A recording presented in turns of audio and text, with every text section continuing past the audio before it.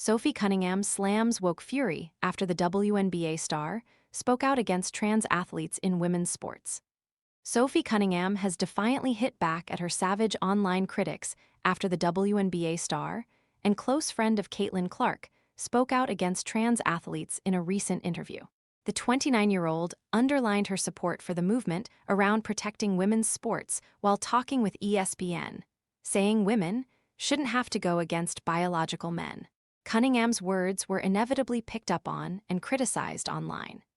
WNBA fans have called for the league to ban or fine Cunningham for her remarks, while many of the other responses on X have veered into abuse aimed at the Indiana Fever player. Wet boots ruining your mornings? The job site boot dryer uses gentle, fanless heat to quietly dry boots, shoes, and gloves overnight, helping reduce dampness and odor. Want to check today's Amazon deal? Scan the QR code now or visit grabdeal.us/4 before it's gone. Cunningham, however, has insisted that the backlash will not get to her. Speaking before her team's Wednesday night game against Connecticut Sun, Cunningham doubled down on her view, telling reporters, "There's going to be some negative comments, but there's also a lot of positive comments too. We're all human. I really don't care what other people have to say. I said what I said. I think it's common sense, and I think I will always believe in that. I stand on what I said." Sophie Cunningham has doubled down after her comments about trans athletes sparked fury. Cunningham, pictured Wednesday night, stayed defiant speaking to reporters before her game.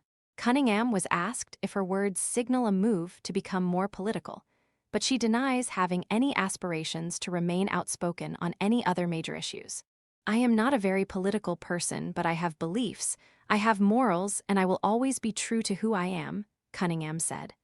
"I think people are going to take it how they want to take it. When it comes to protecting young girls and women in sports, I feel very strongly about that."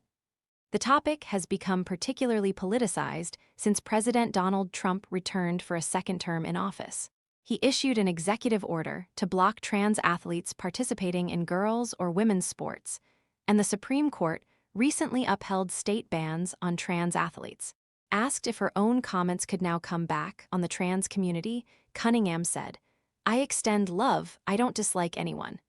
I think there's room for everyone here, and there's room to love everyone. I truly think when you get people in the same room and you have conversations, you actually have a lot in common with a lot of people. I'm there to love, but I am also there to love biological women, and I think that there are rights that need to be protected. Like I said, I am going to stand true to that. I'll never falter in my beliefs for that. But I've never said I hated the trans community. I think there is space for everyone." Cunningham insisted that her comments are not hateful towards to the trans community, but she insisted that she would not be shifting her opinions on the issue in the future. Cunningham claimed that for the criticism she has received, she has also had a lot of support for speaking up on such a divisive topic. "Me coming out with that, there are so many people like, finally someone has said something. I know whatever I say, I'm gonna get hate and I am gonna get love," she concluded. "I am confident in who I am happy being me, and I am going to continue to be that."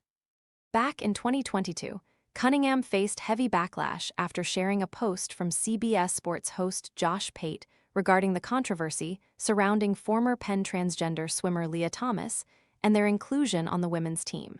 Pate's post read, "Female collegiate athletes deserve so much better than this." Cunningham was forced to release a statement over the matter, at the time saying that she stands with athletes, but calling for fair competition in events.